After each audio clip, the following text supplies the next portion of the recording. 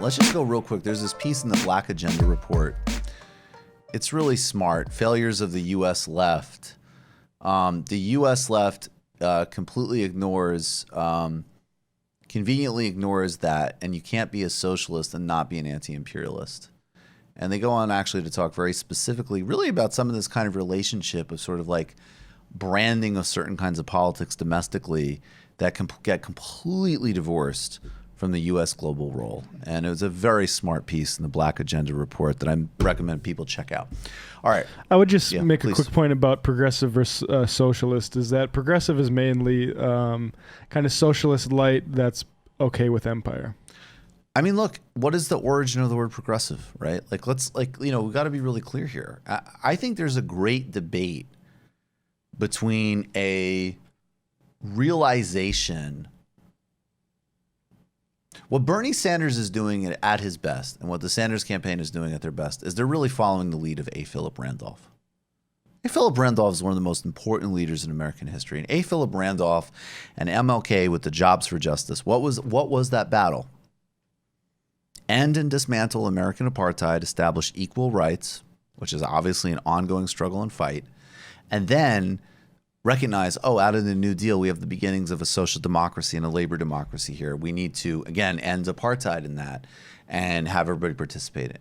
That is what the Sanders is putting on the table from a policy perspective.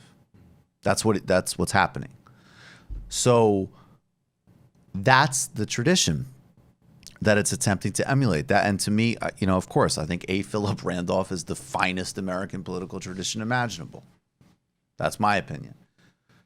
Teddy Roosevelt and the progressives were great on breaking up big business. They had concerns for the environment. They had some understanding of the underdog. Yeah, populism. They had populism. They were imperialists on foreign policy. They drew no connection between the domestic reality and the international one. And they also were comfortable still with the class system. Now, look, Bernie Sanders is not going to abolish the class system. The program does not abolish the class system. But it is very interesting to me. Warren's emphasis is on predator capitalism, screwing over people through various games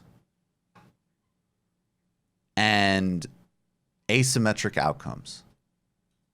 Bernie just widens it out and is like, well, why deal with this bullshit at all? Decommodify healthcare, significantly decommodify housing, and of course, aggressively regulate Wall Street and so on. But it is not based in some understanding that if you can jigger it right, then the right people will be rewarded, right?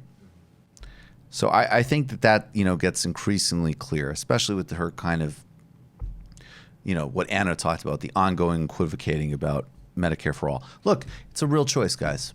It's a real choice. It's a very real choice. And I think it's stunning to not take the opportunity on the most progressive candidate in modern history, and I guess arguably ever, who has a shot of winning the presidency. You just watched a Michael Brooks show video. Subscribe to get them all. Why wouldn't you? Don't be foolish. Click subscribe below and become a patron as well.